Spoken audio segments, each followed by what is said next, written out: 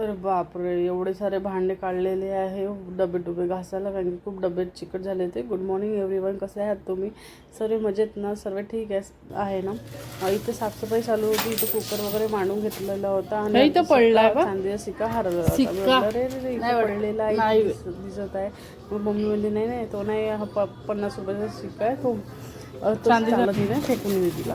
मग इथे मी पेपर वगैरे साफ करून घेतले, छान पुसून वगैरे घेतले एक नंबर.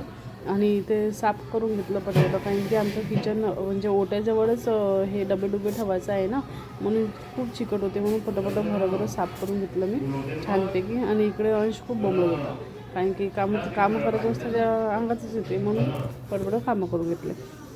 मस्तपैकी साफ करून घेतलं. इथे दुपारी घेतलं. मग संध्याकाळी झाली. संध्याकाळी उठल्याबरोबर अंश म्हणजे मी गार्डनमध्ये जाऊ. गार्डनची मध्ये त्यासाठी आम्ही तयार झालेलो होतो.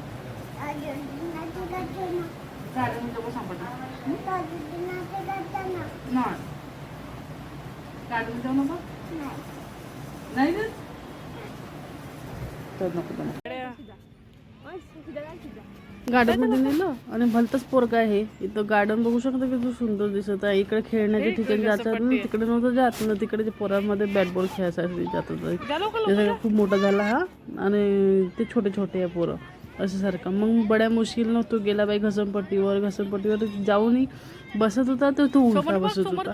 अरे भावा म्हटलं, तो एक तर ऐकूनही नाही राहिला, उलटा बसलेला आहे. बघू शकतो त्याची मजा, आणि त्याला एवढी मजा येत होती का हातच्या बाहेर. आणि माहित नाही का होतं, बाहेर गेला म्हणजे खूपच छान मरते. का गोष्ट आहे तर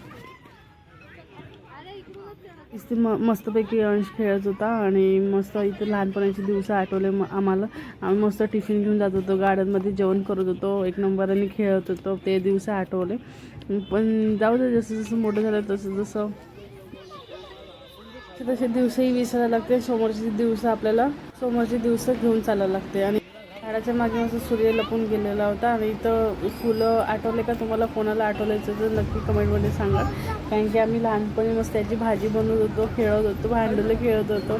त्याच्यात आम्ही हे फुलं यूज करत होतो. आणि माहिती का, घसरपट्टी सोडून ते डगवर बसायला चालला गेला होता. एक वेळ काजाला गेलो होतं माहिती का, हा लहान होता, गाडीमध्ये घेऊन आलो आणि तो चालतच होता म्हणा, तेवढं समजत नव्हतं. ते हा डग जो घुमत होता ना, त्याच्यावर पोरं बसलेली होती. हा असा एकदम धावत आला, आणि ते डग घुमतच होता. ते काही थांबला नाही. त्याच्या डोक्याला एवढ्या जोरात लागला तो डग, घुमता आणि पडला खाली. आणि इथे मस्तपैकी एका जागेवर आलेले होते. इथे घसरपट्टी झुल्यावर जाईन तर पण लागन असं वाटे का सोडा होत्या, आपणच खेळा. पण मोठं झालो आपण काही भान ठेवावं लागतं त्याचं, का आपण मोठं झालं म्हणून. आणि हे पोरगं माहिती आहे का, पोरीले पाहून तर अजूनच छान मारतं.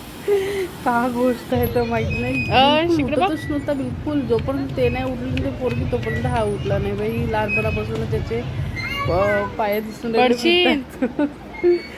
म्हणून पटपट आम्ही त्याला झुलवलं आणि चाल म्हटलं की घरी. म्हटलं तर येतच नव्हतं. तुझ्या गोष्टीत ते बडबड करत होती ना, म्हणजे ते लहानशी पोरगी, ती बोलता नव्हतं येत तिला, पण ते अशीच बडबड करत होती, म्हणून तोही ऐकत होता तुझ्या गोष्टी.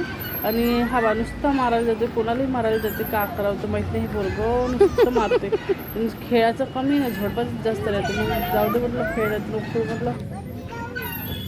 नंतर घरी आलो, स्वयंपाक वगैरे झालेलं होतं, करून घेतला मी भरभर. गुपचूप वगैरे खाऊन घेतलं.